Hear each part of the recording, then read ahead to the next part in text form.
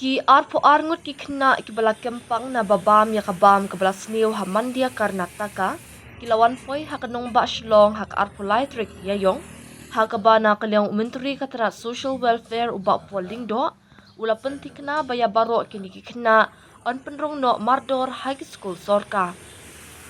habap diang sngop ha ya kajiwan pa jung kini ki kena hakajingalang kabalalong haka office rekam jong ka Directorate of Social Welfare uba pol ula ong baka ni ka dailing ba ka jing tre shitom jong katanan ling ba u director bat ki officer ha ka balayngot na ki kilalit bensen ran ni ki kena na du na Karnataka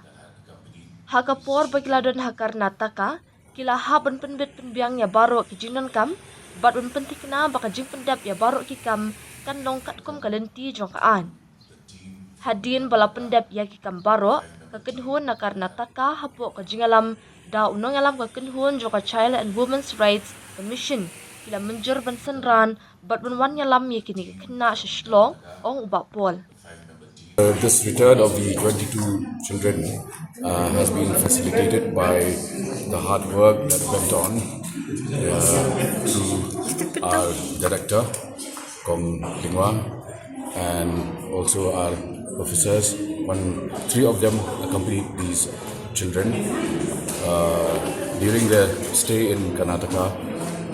they had to make all arrangements to ensure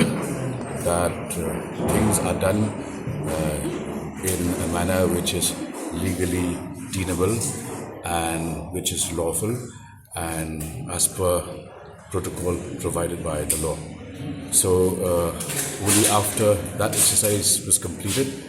then the team from Karnataka, led by the senior leader of the Child and Women's Rights Commission, had then agreed to accompany the children and brought them back to Shillong today for their onward studies. Now that they have left their courses midway, the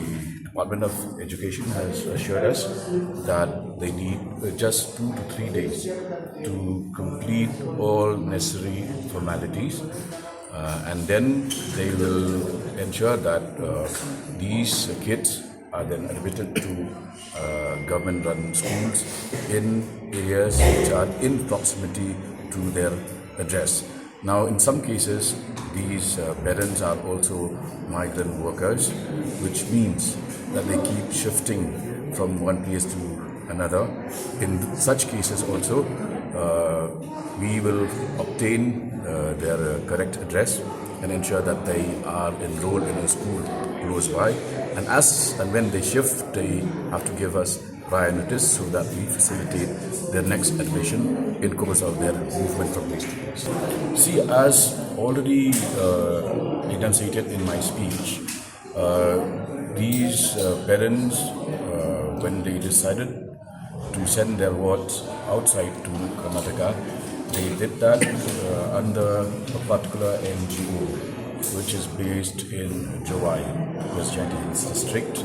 and the conversation that started was between the leaders of the NGO and the parents. So it had nothing to do with the government. They did not seek any help from the government, any direction, any advice. It was only when the unfortunate incident happened wherein they had this episode of food poisoning that we lost 2 of them, and after that only they informed the state government. In any normal situation,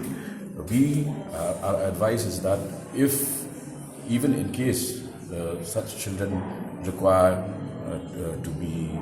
pursue their studies outside the state, they should seek the proper guidance and help of the government of Meghalaya. And as far as their studies within the state is concerned, we are mandated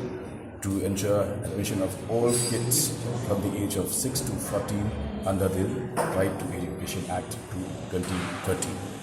Katakan namar bagi don gi kena wede ini ilong yang senti bedok. Mila ong yaki ba kanum dan jing AA bakasokar kan ayaki the free enrollment kentup ki kat pulih kentup ki exercise books hapok jongka RTE but Department of Education kadon hangi ban kersian ya ki wakum kita kijat kena kini lawan parliamentary skill kat bangidang yang kena ni maki kita pendap iki form kita pendap iki formalities ki jidon kambara kena begini kena ko alai singi kala la banyo school ko batama pi kani ka kita amdei tangi ka social welfare department ka kita alu ka home police department kita alu education department ke ngan initiate ya kata kadam dan jingya bagi dia kata ban penting kena ngin kuat ban pendap shwa ya kan ka enrollment jong ini kena ban penting kena bikin numkut ke jing kuliah ke joki hari kita ingin session ya review meeting. Well, it is beyond my purview as a minister to label them as pro this group or anti this group. I think we have brilliant journalists in you. Why don't you do a piece of investigative journalism on what actually transpired? What is this NGO? What will be the step taken by the government to prevent such occurrences of such kind of things again? See, as I said, the parents here exercised their free will to send their wards under the guidance of a particular NGO, and there was no reference to the government. So in such cases we are helpless. But if they come to us seeking our advice on what do you think is this institute, what kind of grading do they have, what kind of background does this institute has, then only we can step in. But where